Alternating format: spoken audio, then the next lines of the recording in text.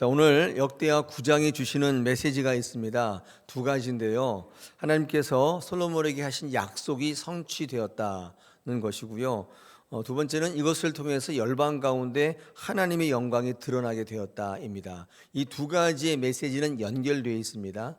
하나님께서 솔로몬에게 그 약속을 성취하신 이유는 궁극적으로 열방 가운데 하나님의 영광을 드러내시기 위함이다. 이렇게 볼 수 있습니다. 그러니까 솔로몬에게 복을 주셨다는 표현보다도 솔로몬에게 약속을 지키셨다는 표현이 맞고, 이 약속을 받은 이 솔로몬은 하나님의 뜻대로 살았어야 했던 것입니다. 이게 가장 큰 줄거리이죠. 솔로몬은 지난번에 성전 건축을 통해서 꿈을 꿔서 하나님께 지혜의 마음을 구하잖아요. 그래서 하나님께서 솔로몬에게 지혜를 준 것이죠. 지혜를 주었는데 열왕기상 4장 33절에 보니까 솔로몬은 모르는 게 없었대요. 식물학, 동물학까지 통달했습니다. 식물학, 동물학이 뭐 얼마나 거기 보면 많이 나와 있는데 뭐 이것저것 다 해서 통달했다. 모르는 게 없었다. 오늘 읽으신 본문 9장의 첫 절에도 이 스바야 왕이 어려운 질문을 했는데도 불구하고 다 대답했다. 이렇게 되어 있잖아요. 그러니까 묻는 말에 대답을 하지 못하는 게 없을 정도로 완벽한 지식을 갖고 있었습니다. 또 열왕기상 4장에 계속 보면 뭐라고 되어 있냐면 잠언 3000가지를 말하고 노래 시편 1005편의 시편을 지었다라고. 그러니까 문학 박사예요. 그러니까 모르는 문학도 없어요. 이 정도였죠. 또 성경의 잠언이나 전도서, 아가서의 저자로도 연결되어 있잖아요. 솔로몬은 진짜 지혜를 얻어서, 지혜라고 하는 것은 하나님을 잘 섬기고 알아보는 능력이라고 말씀드렸는데, 여러분 이 능력을 가지고 있으면 하나님께서 다른 것을 알아가는 데에도 부족함이 없이 채워주시는 것 같아요. 그러니까 지식을 얻기에 앞서서 하나님을 알아보는 지혜가 굉장히 필요하겠죠. 하나님께서 그것을 통해서 능력을 주시는 거예요. 솔로몬의 지혜는 여기서부터 왔습니다. 지식은 다 여기서부터 왔어요. 뿐만 아니라 솔로몬은 국가를 통치하거나 세금을 걷거나 특히 무역이나 외교 방면에 탁월한 능력이 있었다는 것이죠. 주변 열국의 왕들이 솔로몬의 지혜를 듣기 위해서 사람을 보냈다고 되어 있지 않습니까? 특히 오늘 9장 몇 절 보시냐면 23절 같은 데 보니까 천하의 열왕들이 이 솔로몬의 마음에 주신 지혜를 들으며 그의 얼굴을 보기 위해서 왔다고 되어 있는데, 왜 왔을까요? 결과적으로 솔로몬이 얻은 이 수많은 것들을 보면서 나도 한번 그렇게 해보자, 그렇게 해서 온 거죠. 사실은 뭐 솔로몬의 하나님이 영광을 돌리고 다 아니죠. 우리는 알고 있죠. 솔로몬이 이렇게 많은 금은을 받고 조공을 받고 이렇게 잘 되고 이런 걸 보면서 나도 한번 그렇게 돼봐야겠다. 그래서 수많은 열왕들이, 주변에 있는 나라들이 솔로몬을 찾아왔다는 거예요. 스바 여왕처럼. 그만큼 솔로몬은 그런 가진 지혜와 능력과 또 모든 것을 통해서 많은 사람들을 이렇게 끌어들이는 관계성도 탁월한 거죠. 무역, 외교까지 탁월했습니다. 솔로몬의 이런 능력이 있잖아요. 이런 지혜와 이런 능력은, 그래서 성경은 어떻게 말씀하고 있냐면 단순히 인간적 재능이 아니라 하나님이 주신 지혜로부터 비롯된 것이다. 하나님이 주셨기 때문에 이 지혜가, 이 지식이, 이 능력이 있다는 말을 드러내고 있는 것입니다. 아까 얘기했잖아요. 하나님께서 이 모든 것들을 주시는 이유는 솔로몬아 너 한번 잘 살아봐라 주신 게 아니라 하나님이 열방 가운데 자신의 영광을 드러내시기 위해서 솔로몬처럼 신실한 사람을 사용하시는 거예요. 그때 꿈에 네 소원이 뭐냐? 그랬더니 저 사명을 잘 감당할 수 있도록 듣는 마음을 주세요. 이런 사람을 사용해서 하나님께서 막 주시거든요. 근데 이제 여기까지는 너무 좋았는데 그 다음에 이 받은 것을 가지고 하나님께 영광을 드러내는 삶을 살아야 되는데 여기까지가 한계가 좀 있어요. 저는 오늘 이 역대하 9장과 우리 열왕기상 11장 같은 데 보면 상반되게 이 내용이 많이 겹쳐 나오는데, 그런 것들을 중심으로 솔로몬이 가지고 있는 것의 한계, 이것이 어쩌면 우리 오늘 이 아침에 저와 여러분에게 도전이 되고 은혜가 될 것 같습니다. 이 솔로몬에는 분명히 한계가 있었는데, 이 솔로몬에게 탁월한 지혜를 주시고 부귀영화를 주신 게 사실이고 하나님이 약속하셨기 때문에 분명히 약속을 이루셨어요. 근데 제가 지금 말씀드린 것처럼 그거는 하나의 영광을 드러내라고 주신 거예요. 그런데 이 모든 것, 이 좋은 모든 것 가운데 솔로몬은 하나님 중심적 신앙을 지키지 못했습니다. 이건 솔로몬뿐만 아니라 모든 사람이 그런 것 같아요. 뭐 저를 비롯해서 여러분 다 마찬가지일 텐데, 뭔가 좀 잘 되고 뭔가 좀 하면 우리의 마음이 하나님 안에 있지 않아요. 이게 참 힘든 것 같아요. 복을 누리고 내가 원하는 삶을 성취하는 것도 어렵지만 그 이유가 더 어려운데, 얻으면 뭐합니까? 그 모든 좋은 것이 하나님 안에 있어야 되는데 하나님 안에 있지 못했습니다. 그래서 솔로몬이 받은 지혜와 부귀영화가 솔로몬으로 하여금 하나님과 멀어지는 결과로 드러나게 되었다. 이게 비극입니다. 여러분, 그래서 이 고난이 주는 윤례라는 게 있잖아요. 이 참, 저는 목회 이제 제가 2년만 더 하면 한 30년 정도 되는데, 목회 현장 가운데 수많은 경우를 봤습니다. 왜 하나님께서 낮추시는지, 왜 하나님께서 그 사람을 고난 가운데 두시는지, 처음엔 저도 이게 진짜 이 일을 어떻게 할까 이런 생각이 해서 이걸 빨리 벗어나게 해주는 게 목회인 줄 알았어요. 근데 여러분, 그래서 벗어나면 그 사람 망합니다. 그런 경우를 한두 번 본 게 아니에요. 우리는 고난당할 때 이거 빨리 벗어나면 그게 뭐 신앙의 능력인 줄 알죠.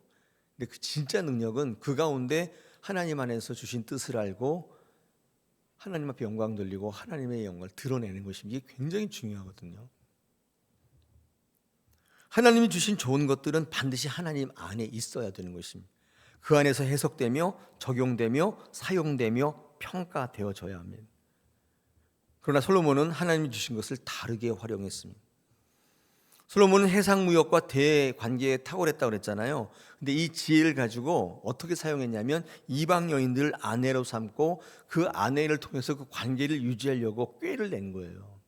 여러분, 그 결과 수많은 우상들이 예루살렘으로 들어오는 결과로 이어집니다.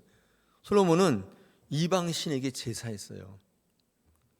놀랍죠? 열왕기상 11장 3절 4절에서 뭐라고 되어 있냐면, 이 왕의 후궁이 700명이고 첩이 300명이다 이렇게 되어 있습니다. 그의 여인들이 왕의 마음을 돌아서게 하였더라. 솔로몬의 나이가 많이 들었을 때 그 여인들이 그의 마음을 돌려 다른 신들을 따르게 하였으므로 왕의 마음이 그의 아버지 다윗의 마음과 같지 아니하여 그의 하나님 여호와 앞에 온전하지 못하였다. 열왕기상 11장 3절 4절에서 밝히고 있어요. 그러니까 그가 받은 지혜를 가지고 해상무역 대외관계까지는 좋았는데 그걸 하나님 안에서 사용하고 해석하지를 못해서 이방 여인들을 아내로 삼아야겠다는 꾀로 넘어가게 되고, 많은 사람들이 내게 와서 조공을 바치게 하려면 이런 정략 결혼이 필요하겠다는 생각을 가지고 수많은 외국 여인들을 하지 말라는 짓을 하는 거예요. 여러분, 처음에 우리 어저께 묵상했듯이 솔로몬은 애굽의 아내를 맞이했는데 다윗성에는 들어가지 못하게 했는데, 이유가 뭐냐면 거기는 하나님의 법궤가 있었던 자리이기 때문에 이방 여인은 못 들어간다, 뭐 이런 식의 처음에는 경건성이 없지 않았거든요. 그러나 나중에는 이런 솔로몬은 예루살렘 성전에 우상의 제단을 만듭니다. 이렇게까지 확 바뀌어요. 뭐 때문이죠? 하나님께서 주신 지혜와 부귀영화를 자기의 소유로 삼았을 때 이런 일들이 벌어진다. 열왕기상 11장 5절 8절에서 이렇게 얘기합니다. 이는 시돈의 사람이 여신 아스다롯과 암몬 사람의 가증한 밀검을 따라 행하였음이라. 그때 솔로몬이 모압의 가증한 그모스를 위하여 또 암몬 자손의 가증한 몰렉을 위하여 예루살렘에 산당을 지었고, 그가 또 이방 여인들이 자기 신에게 분향하며 제사함으로 그와 같이 하였더라. 어떻게 생각하십니까?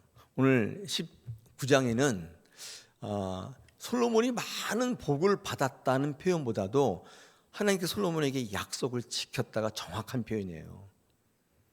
그러면 솔로몬은 하나님께 서운한 대로 그 모든 것들, 하나님께로 주신 모든 좋은 것들을 가지고 하나님 안에 있었어야 돼. 이게 솔로몬이 반드시 해야 될 일이에요. 이게 안 되면, 제가 오늘 설교 제목을 이렇게 붙였습니다. 좋은 것 때문에 망하다. 이상하죠?